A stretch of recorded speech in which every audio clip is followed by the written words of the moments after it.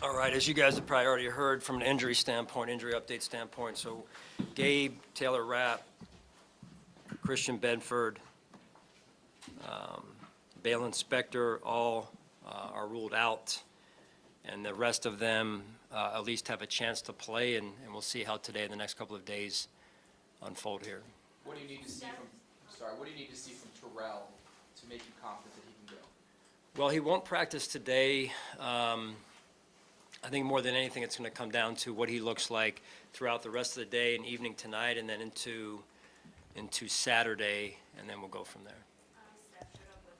Yeah. No, I think it happened just, early part of the, in the game, but it showed up a little bit in a day or two after. So it wasn't something we were aware of right after the game there. And so he'll be out there in some capacity today. It'll be limited at best. I don't think so, but we're taking it one day at a time.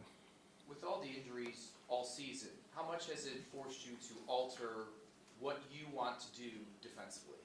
I give our guys a ton of credit, John. It's really the way that they've taken the bull by the horns and said, hey, we're gonna figure this thing out. And that takes special people with special mindsets. And they've just done a phenomenal job with that all season from the beginning up until this week. I'm sorry? Cam Lewis, yeah.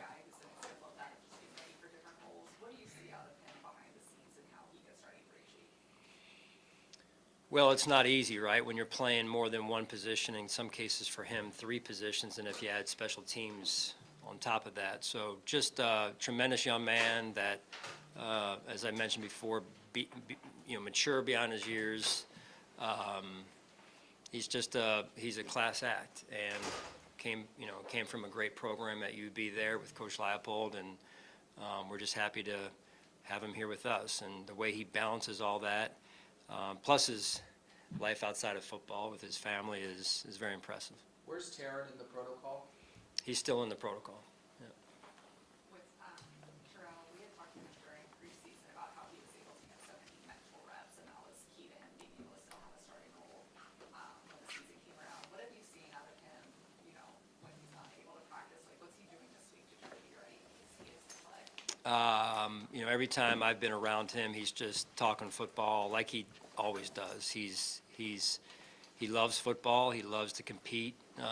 He's one of the leaders. Again, you think about as a second-year player that really didn't play last season on defense, that is, to come in and do what he's done, yes, but also become a leader, not just with example, but also with his voice. And I think that says really a tremendous amount about who he is and who he's developing into.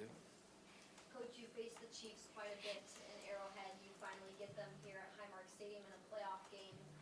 What do you need from Bills Mafia this weekend on Sunday night? And I just talked about this on the radio a little bit, Maddie. I mean, they've got a great fan base, and we've spent a considerable amount of time out in Kansas City at Arrowhead Stadium, and you can hear their fans. They play a part in that stadium, in that team, in that organization. Our fans do the same. And I'm looking forward to seeing and hearing Bills Mafia showing the NFL community what we're all about here and what they're all about. Something I've gotten a chance to see over the last 7 years, and I can't wait for them to play a part in our game Sunday night. Do they look different than they did the first time you played them, the way they're playing? I think everybody looks a little bit different, right? But then there's things, I'm sure they're looking at our defense and our team saying there's, as much as we've evolved, we're still the same in some regards. So it's a little bit of both, I would say. Sean, yesterday Vaughn was asked, games like this, is this why you were brought in? And he point blank said, yeah, essentially to that effect. I'll ask you the same thing.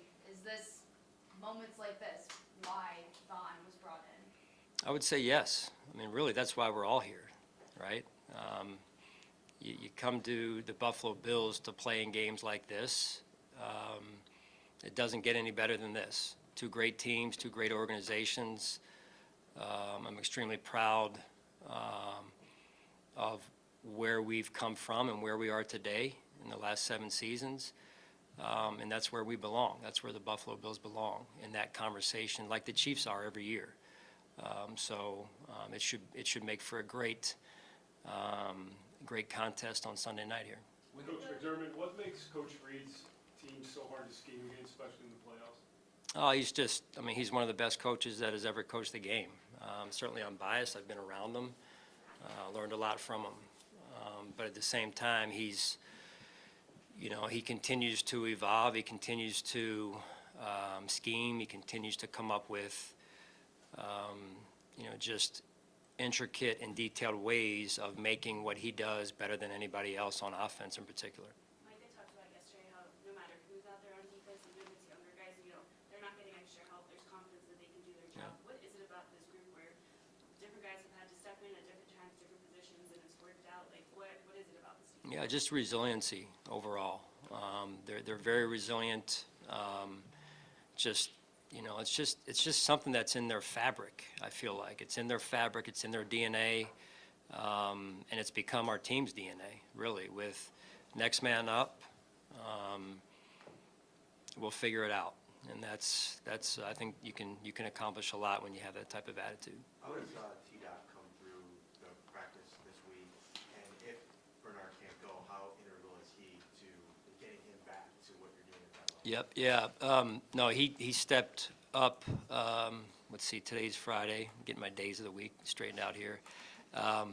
Monday, I believe it was, and he just, although he was coming off of an injury, he's saying, "Hey, I'm ready to go." And that doesn't mean that he's 110%. That just means he's ready to go. And so we have great faith and trust in him and the players around him. What have you seen from Sam Martin this week in terms of his progress, Sam Martin? Yeah, it's been slow, just in terms of evaluating a punter is a little bit different than evaluating a position player on a daily basis. So I'm really banking on the feedback he's giving me and us, and the training staff and their communication with me on it. Because he's one of one, does he have to be? We know you can make it through the full game. How much do you weigh that into whether or not it's him versus Matt Hawk? Yeah, and not just for him, but the other positions as well is, all the players want to play. They want to play in games like this. It's balancing who can go out there and function at the level that they need to function at for us to play winning football. And so, been around it before where, a player gets out there and then at the end of the day, they're not really able to perform the necessary skills to execute the job description. So that's the sweet spot we've got to find from a medical standpoint as well. Coach, you talked about what Bills Mafia needs to do on Sunday, but today this is the second game in a row where they are out in the stands shoveling snow. What does it mean to the team that you have a fan base that embraces you guys so much that they are out there to make sure that you have the best experience on Sunday? Yeah, unique, right? It's unique. I've been to a couple different places, so you get a chance to compare, and this place is unique from top to bottom. This is a special place to coach. It's a special place to play, and really a special place to live. And I think it doesn't get the credit it deserves from probably the rest of the country, but we'll take it, right? I mean, just when you spend some time in Buffalo and Western New York, you'll learn to appreciate it and love it, quite honestly. Go ahead, Cam. Yeah, Coach, how have you seen Patrick Mahomes in this offense evolve as their personnel's changed? He's a special player, and he makes those around him better. That's what special players do, and so we have great respect for his game and what he's been able to do with Kelsey and the two of them and the pieces around them. Like I've said before, what the pieces that they've added, and then how Andy puts those players in positions to succeed with his intricate nature and his creativeness. So he does a great job, and they collectively do a great job. All right, thanks, guys.